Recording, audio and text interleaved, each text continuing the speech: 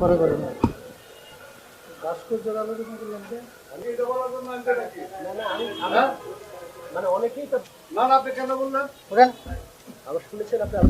কানাপট্টি গরম করে এলাম বান্দির বাচ্চা একদম পিঠা এখানকার বলা ঠিক করে এলাম হ্যাঁ মারানির বলা রাষ্ট্রবিরোধী কথা একদম পিঠা লোলা গেলাম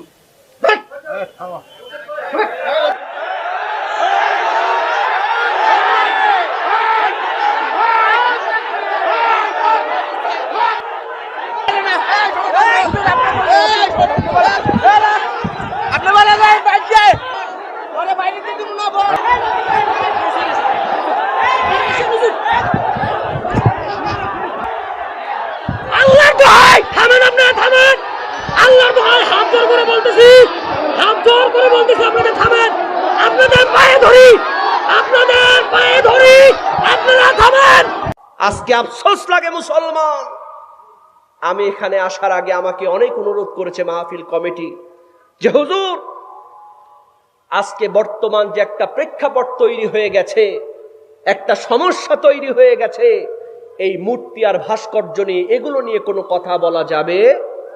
আচ্ছা আমার ভাইয়েরা বলেন তো, বঙ্গবন্ধু শেখ মুজিবুর রহমান যিনি তার শ্রেষ্ঠ ভাষণের মধ্যে বলেছিলেন এদেশের মানুষকে মুক্ত করেই ছাড়বো ইনশাআল্লাহ, কথা বলেন ঠিক কিনা? আমরা বিশ্বাস করি বঙ্গবন্ধুর যে অবদান রয়েছে এটা এ জাতি কোনোদিন ভুলতে পারে না, কথা বলেন ঠিক কিনা?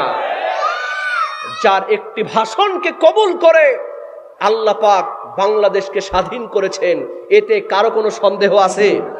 কি বলেন আছে? আজকে কেন যেন একটা আলেম ওলামা, আর বিশেষ করে আমার কথায় কষ্ট নেবেন না যারা আওয়ামী লীগ করেন, কেমন যেন একটা সম্পর্কের মধ্যে একটা বিভেদ তৈরি হয়ে গেছে, কথা বলেন ঠিক কিনা? এটা হলো ভুল বোঝাবুঝির কারণে। কিসের কারণে? ভুল বোঝাবুঝির কারণে। আমার কথাই কেউ মাইন্ড করবেন না আমার ভাইয়েরা। দেখেন এখানে সব দলের লোক থাকতে পারেন, কথা বলেন ঠিক কিনা? বিষয়টা হলো হিকমতের সঙ্গে কথা বলা উচিত, কথা বলেন ঠিক কিনা? কারণ যারা ডাইরেক্ট বলে যে আমরা মুজিবের মূর্তি বুড়িগঙ্গায় ভাসায় দিব, এটা বলাও খুব একটা সমীচীন হয় নাই, কথা কোন ঠিক কিনা? কারণ বিশ্ব নবীজি তার ব্যবহার দিয়ে, তার আচরণ দিয়ে বুঝিয়ে সুঝিয়ে মানুষকে ইসলামের ছায়াতলে নিয়ে এসেছেন, কথা বলেন ঠিক কিনা? আমার ভাইরা ভুলটা কোথায়? ভুলটা এখানেই হয়ে গেছে, কথা কোন ঠিক কিনা? কারণ নরম আলোচনা গরম হয়ে গেছে, কথা বলেন। আসলে কিন্তু আমার ভাইরা ভাস্কর্যের বিরুদ্ধে কিন্তু বলা হয় নাই, বঙ্গবন্ধুর বিরুদ্ধে বলা হয় নাই। ইসলামী শরীয়ত মতে হাদিস মোতাবেক বিশ্বনবীজি বলেছেন যে যারা মূর্তি আবিষ্কার করবে সেটা প্রতিমা না। আমার কথা একটু বোঝার চেষ্টা করেন, ভাস্কর্য মূর্তি একই, তবে প্রতিমা যারা আজকে বলতেছেন যে এই মূর্তি তো ইবাদত করার জন্য তৈরি করা হচ্ছে না, এটা স্মরণ করার জন্য, সম্মান জানানোর জন্য করা হচ্ছে, কথা কোন ঠিক কিনা? এটা খারাপ কিছু না। আসলে দেখেন বিশ্বনবীজি বলেছেন ঘরের মধ্যে এই যে ছোট ছোট শোপিস পাওয়া যায় না, ঘোড়া, তারপরে পুতুল, অনেকে শোপিসের মধ্যে সাজায় রাখে, এরকম রাখে কি রাখে না? আবার ওই ব্যক্তিটাই যখন ঘরের মধ্যে নামাজ পড়তে যায় পর্দা দিয়ে ওই শোপিস গুলো ঢেকে রাখে, এরকম আছে না নাই? কারণ বিশ্বনবীজি বলেছেন যে ভাস্কর্য তৈরি করা যাবে, তবে প্রাণীর ভাস্কর্য তৈরি করা যাবে না। সেটা একটা ছাগল হোক, একটা মুরগি হোক, একটা পুতুল হোক, যে কোনো প্রাণীর ভাস্কর্য সেটা সম্মানের জন্য বানানো যাবে। কারণ হাদিস শরীফে এসেছে যারা প্রাণীর মূর্তি বানাবে কিয়ামতের দিন তাদেরকে বলা হবে তোমরা এই প্রাণীর মধ্যে জীবনটা দিয়ে দাও। তখন কি পারবে? কি বলেন, পারবে? এজন্য আমরা শেখ মুজিবুর রহমানকে সম্মান করি। আমরা বলতে চাই মূর্তি তো একটা সাধারণ ব্যাপার।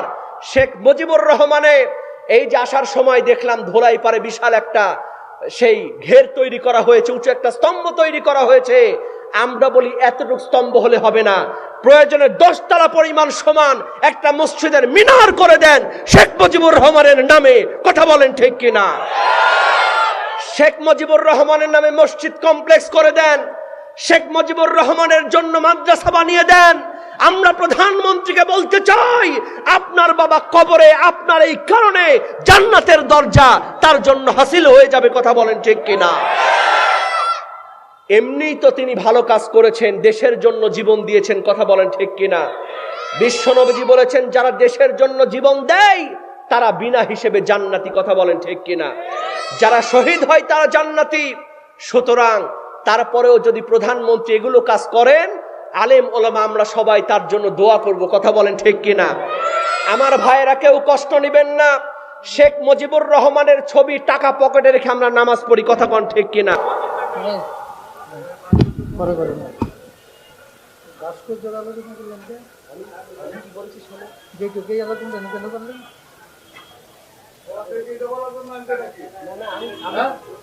মানে অনেকেই তো আপনি কেন বললেন? ওরেন আবার শুনেছেন আপনি আলোচনা কানাপট্টি গরম করে এলাম ওর বান্দির বাচ্চা।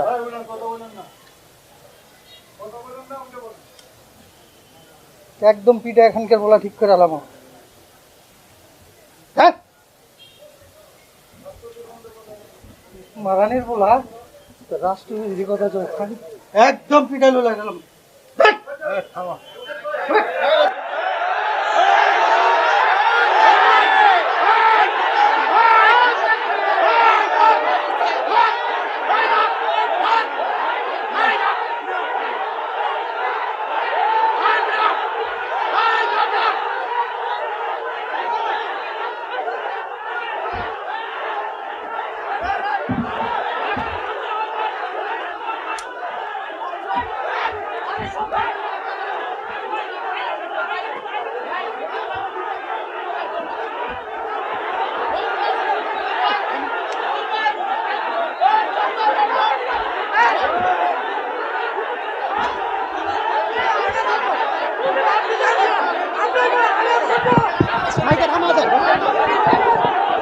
ভাই সরি ভাই, হ্যালো হ্যালো, বসেন ভাই, বসেন ভাই, বসেন।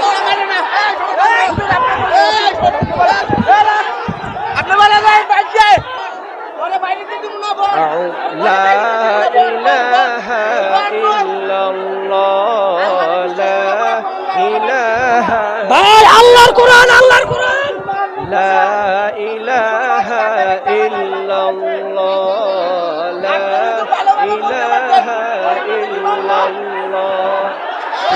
সুবহানাল্লাহ, আলহামদুলিল্লাহ, এই ভাই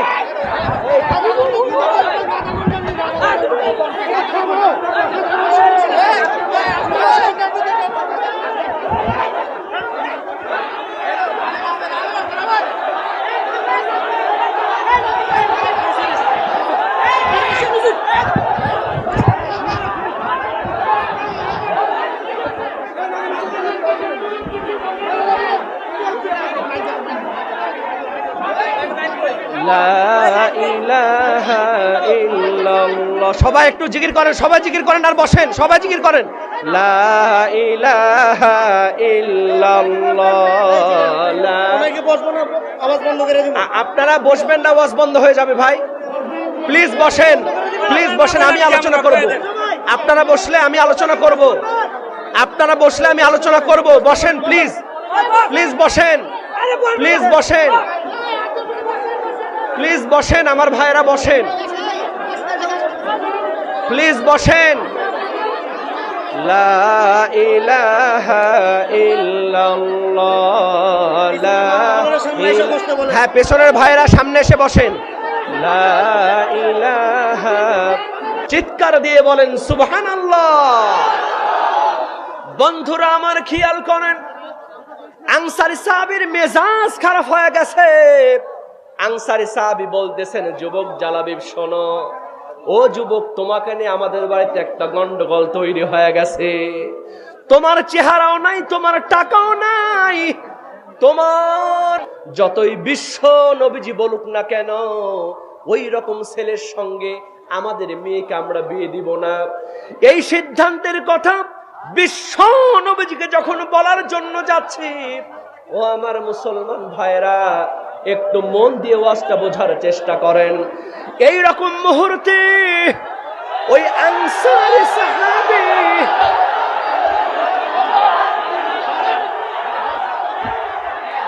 আল্লাহর ভয়, থামেন আপনারা, থামেন। আল্লাহর ভয়, হাত জোর করে বলতেছি, হাত জোর করে বলতেছি,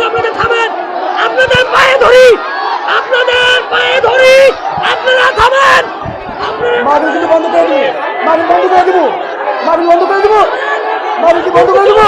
মাহফিল চলবে, মাহফিল চললে আপনারা থামুন, মাহফিল যদি চলে আপনারা বসুন, মাহফিল চলে আপনারা বসুন, বসুন আপনারা বসুন, মাহফিল চলবে, মাহফিল সারা রাত চলে, বসুন আপনারা। আপনি যেই চাদর গায়ের মধ্যে ব্যবহার করেন, আমি রাসূল কথা দিয়া দিলাম আপনার কাছে ওই জুব্বাটা নিয়া আমি খাদিজার লাশটা আপনি দাফন করায়া দিবেন। সুবহানাল্লাহ। বন্ধুরা আমার, গভীর মনোযোগ দিয়ে ওয়াজটা বোঝার চেষ্টা করেন।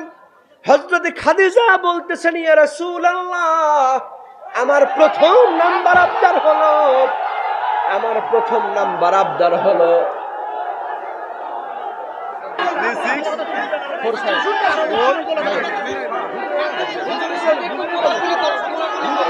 এখানে মূল ব্যাপারটা হচ্ছে আমি কিছুই বলি, সবাই শুনছে, হঠাৎ করে উনি এসে খাবার শুরু করেছেন। প্লিজ প্লিজ আপনারা বসেন। আমার সাথে মিলে দেখেন, আমার সাথে মিলে দেখেন।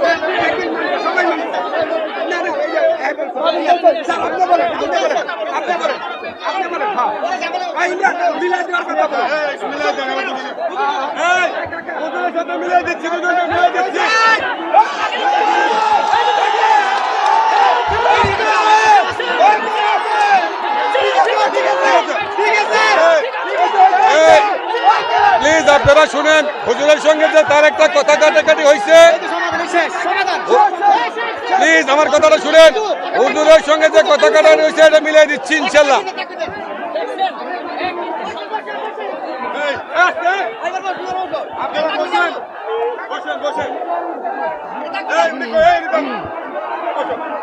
বসেন, এবার বসেন, বসেন প্লিজ, বসেন প্লিজ। মিল হয়ে গেছে, আমাদের মধ্যে আর কোনো কষ্ট নাই।